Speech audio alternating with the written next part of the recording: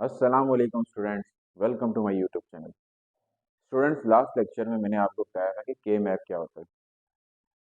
के मैप में हमने टू वेरिएबल या जिसको टू इनपुट कहते हैं उसका हमने के मैप बना के देखा था कि कैसे हम किसी भी एक बूलियन एक्सप्रेशन को सिंप्लीफाई करते हैं। के मैप का पर्पस यही होता है ना, कोई भी एक बूलियन एक्सप्रेशन होता है उसको सिंप्लीफाई करते हैं। मीन्स अगर दो या पांच या छह और गेट्स यूज हो रहे हैं, एंड गेट्स यूज हो रहे हैं, ज्यादा एंड गेट्स यूज हो रहे हैं, के मैप क्या करता था, उसको सिंप्लीफाई करके कम गेट्स यूज करवाता था हमारे पास।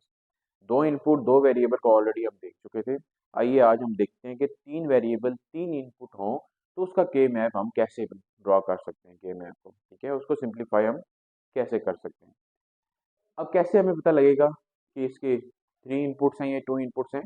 क्वेश्चंस को देख के।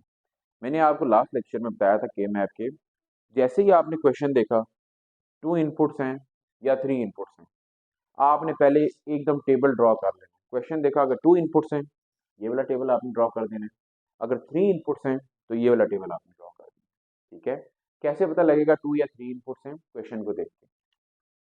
अब देखें यहाँ पे इस क्वेश्चन पे ए बी और सी, देखिए डिफरेंट वेरिएबल्स कितने हैं इसमें। ए बी और सी तीन डिफरेंट वेरिएबल्स हैं, तीन इनपुट्स हैं। ठीक है, इसको आप तीन इनपुट्स भी कह सकते हैं, तीन वेरिएबल्स भी कह सकते हैं। मीन्स ये क्वेश्चन है जिसके अंदर तीन वेरिएबल्स हैं। आइए हम देखते हैं कि तीन वेरिएबल्स का के मैप में कैसे अभी ड्रॉ करता हूँ और कैसे सिंप्लीफाई करता हूँ इसको।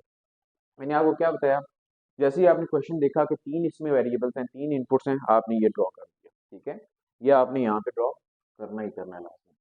अब नेक्स्ट स्टेप क्या था? नेक्स्ट स्टेप जैसे हमने टू वेरिएबल्स का किया था ना, उसी तरह बिल्कुल सेम। हल्का फुल्का इसमें डिफरेंस है, वो हम देख लेते हैं। इनको आपने माइंड में रखना है, जितने भी मैंने स्टेप्स यहाँ पे लिखवाए थे इनको माइंड में रखना है। पहला स्टेप मैंने क्या लिखा हुआ था, put ones in cell according to the Boolean expression. ठीक है, अब आपने ये ड्रॉ किया हुआ, ये लिख लिया आपने, इसके नीचे आपने दोबारा एक और एम्प्टी ये बना देना। ठीक है, सेल्स बना देने।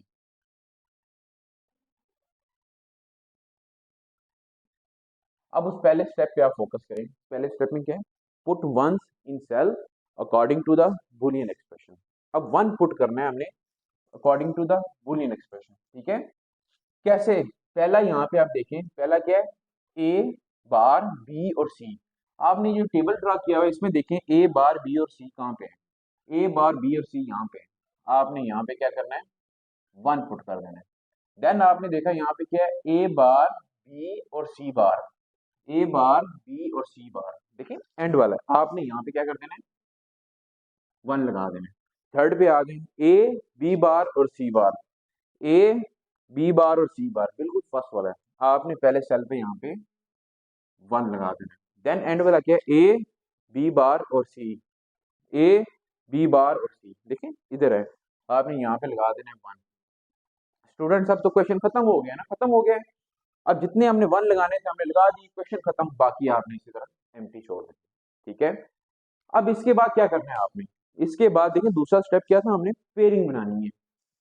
थ्री वेरिएबल्स थ्री इनपुट्स में अगर आपके स्क्वायर, सबसे पहले अगर पेयर बनता है स्क्वायर एक, तो आपने वो बनाना है। अगर स्क्वायर नहीं बनता देन आपने दो दो के पेयर बनाने हैं, जिसको हम पेयर कहते हैं, दो दो का पेयर बनाना है आपने। वो पेयर कैसा होना चाहिए, या वर्टिकल होना चाहिए या हॉरिजॉन्टल होना चाहिए। डायगोनल आप पेयर कभी नहीं बना सकते। जैसे ये देखिए डायगोनल है ना, ये आप कभी नहीं बना सकते। या हॉरिजॉन्टल पेयर बनेगा या फिर वर्टिकल पेयर बनेगा या फिर स्क्वायर का पेयर बनेगा। स्क्वायर क्या होता है, जिसके चार, अगर यहाँ वन वन और वन वन होता है, इसको मैं एक पेयर बना लेता हूँ। अब यहाँ पे देखिए कितने पेयर बन रहे हैं, वर्टिकल या हॉरिजॉन्टल। एक ये बन रहा है हॉरिजॉन्टल पेयर और एक हॉरिजॉन्टल पेयर। ठीक है, इसमें हमारे पास मीन्स दो ग्रुप्स बन रहे हैं। ठीक है, दो ग्रुप्स बन रहे हैं। वन हमने यहाँ पे पेयरिंग कर ली, दो ग्रुप्स बना लिए।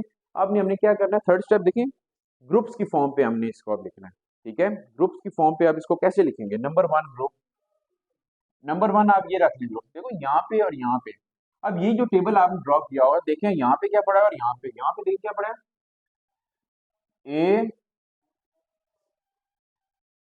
बी बार सी बार, यहाँ क्या पड़ा है आपके पास, ए बी बार और सी। ठीक है,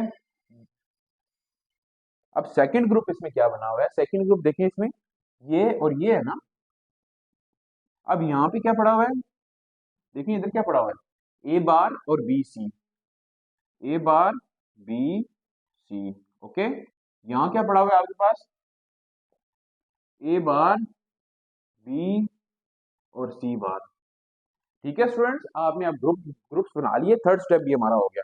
अब इसी ग्रुप्स में मैंने आपको वहां पे लिखा था जिसकी खुद वेरिएबल और उसकी सिंप्लीफाइड फॉर्म मौजूद हो उसको हमने एलिमिनेट कर देना है। ठीक है, अब स्टेप जो हमारे पास है एलिमिनेशन है। एलिमिनेशन आपने कैसे करनी है, अगर एक वेरिएबल अगर है जैसे ए है, ए की अगर सिंप्लीफाइड फॉर्म पड़ी हुई है मतलब उसकी बार वाली फॉर्म पड़ी हुई है, देन हम एलिमिनेट करेंगे। अगर एक ए है दूसरा भी सिंपल ए है तो हम एलिमिनेट नहीं करेंगे। जैसे एक बी है दूसरा भी बी है, एलिमिनेट नहीं करेंगे। अगर एक वेरिएबल बी और उसकी सिंप्लीफाइड फॉर्म मीन बार वाली पड़ी होगी देन हम एलिमिनेट करेंगे। ठीक है, अब आई एलिमिनेशन की बारी। अब देखो ये ए है ये भी ए है, बट ये दोनों सेम है। ठीक है, एक ही वेरिएबल है, मीन इसके ऊपर बार नहीं, अगर बार होती देन हम काटते, इसको नहीं काटेंगे। ये भी बी बार ये भी बी बार नहीं कटेगा, ये सी बार और ये सी ये कटेगा। ठीक है, ये एलिमिनेट होगा। ये ए बार और ये ए बार नहीं कटेगा, ये बी और बी नहीं कटेगा, सी और सी बार ये कट जाएगा। देखिए हमने ग्रुप्स बनाए हुए हैं। अब यहाँ पे देखिए ये आपके पास आ गया कॉमन, इसका क्या आ गया ए और बी बार। ठीक है, ये आ गया। और इसका देखिए ये क्या आ गया ए बार और बी। ठीक है, ये दोनों हमारे पास कॉमन आ गए। अब आखिरी स्टेप क्या करते हैं, अब एडिशन ऑफ ग्रुप। अब जो कॉमन लेके जो हमारे पास बचा हुआ है जो ग्रुप्स में, इनको ऐड कर देंगे। ऐड करें क्या आता है A B bar plus A bar B. ये आपके पास सिंप्लीफाइड फॉर्म आ गई है बुलियन एक्सप्रेशन की। बुलियन एक्सप्रेशन क्या था, देखिए कितना बड़ा बुलियन एक्सप्रेशन था, कितने एंड और गेट यूज हो रहे थे। आपको पता है लॉजिक सर्किट्स एंड गेट्स में जो प्लस का सिंबल होता है, प्लस का ये होता है किस लिए होता है, और गेट को ये रिप्रेजेंट कर रहा होता है। और ये जो मल्टीप्लिकेशन का सिंबल है ये कर रहा होता है आपके पास एंड गेट को। ठीक है, अब देखिए कितने ज्यादा एंड और गेट लगे के मैप से हमने इसको सिंप्लीफाई किया। अब देखिए यहाँ पे एक और गेट है और दो एंड गेट है बस। स्टूडेंट मैं आपको अभी एक और एग्जांपल करवाने लगा हूँ, बड़ी ध्यान से आप इस एग्जांपल को भी समझें। ठीक है, इसमें हम स्क्वायर वाला एक पेयर ग्रुप बनाएंगे और एक हम ऐसा ग्रुप बनाएंगे, आप देखेंगे कि वैसे भी हम पेयरिंग कर सकते हैं। ठीक है, अच्छा स्टूडेंट्स यहाँ पे कुछ और भी इसके कंसेप्ट हैं आपके, जिसके तीन अगर वेरिएबल आ गए। ठीक है, तीन वेरिएबल, एक तो मैंने आपको स्क्वायर वाला बता दिया, उस तरह पेयरिंग होती है। एक और तरह से भी पेयरिंग होती है, वो भी आप लोगों ने लाजमी याद रखनी। कैसे, अगर आपने एक बुलियन एक्सप्रेशन आपके पास है, आपने जब वन आप पुट्स करते हैं, आपने वन पुट किया हुआ है। ठीक है, ओके, एक वन अगर यहाँ पे है और एक वन अगर आप यहाँ पे, ठीक है, अब देखो एक वन यहाँ पे पड़ा हुआ है, एक वन यहाँ पे पड़ा है, एक वन यहाँ पे, एक वन यहाँ पे। ठीक है, जब आपने वन वन पुट्स कर ली according to the Boolean expression, एक तो आपको पता है ये पेयर बन गया आपका।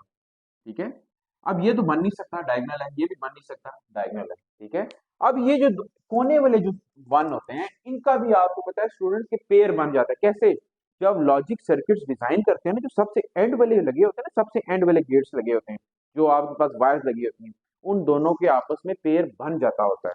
अब इसी तरह यहाँ पे देखिए एक किस कोने में पड़ा हुआ है, एक किस कोने में पड़ा हुआ है, ये एक पेयर बन जाएगा। क्या बन जाएगा, ये एक पेयर बन जाएगा। ठीक है, आपने इसका एक ग्रुप बन गया और ये एक ग्रुप बन गया, मीन दो ग्रुप्स यहाँ पे भी बन गए। ये आपने बात याद रखनी है। ठीक है, इसमें आपने बिल्कुल परेशान नहीं होना है। अगर आपको एक क्वेश्चन आ जाता है एग्जाम पे, दो यहाँ पे वन आ जाते हैं, एक यहाँ पे आ जाता है, एक यहाँ पे आ जाता है, तो ये वाला और ये वाला एक पेयर बन जाएगा। ठीक है, ये जो कोने वाला होता है ना ये एक पेयर बन, अगर ये यहाँ पे वन होता और यहाँ वन होता, यहाँ पे ना होता, यहाँ वन होता, फिर पेयर ना बनता। ठीक है, आपको यहाँ पे होना चाहिए। ठीक है, इसके बिल्कुल यहाँ पे हॉरिजेंटल में होना चाहिए यहाँ पे, देन ये एक पेयर बनेगा। अगर फॉर एग्जांपल एक वन यहाँ होता और एक वन यहाँ होता, ऊपर ना होता, देन क्या होता, इन दोनों के पेयर बन जाते। ठीक है, ऊपर ना होता तो।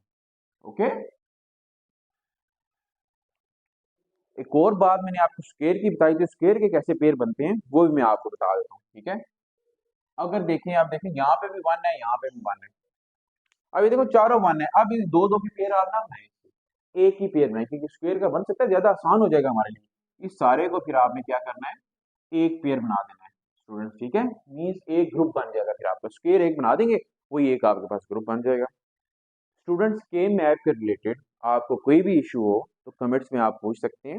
मैं उम्मीद करता हूँ आपको ये टॉपिक के मैप का समझ आया होगा। और फेडरल बोर्ड में या इस्लामाबाद पाकिस्तान या किसी भी और शहर में आपको पता है बोर्ड के पेपर आने लगे, मैट्रिक का बड़ा इंपॉर्टेंट ये क्वेश्चन ही आपके पेपर्स में भी आएगा। ठीक है, उम्मीद करता हूँ आपको ये समझ आया होगा। कमेंट्स में आप पूछ सकते हैं अगर आपको मजीद कुछ समझना हो। Thank you.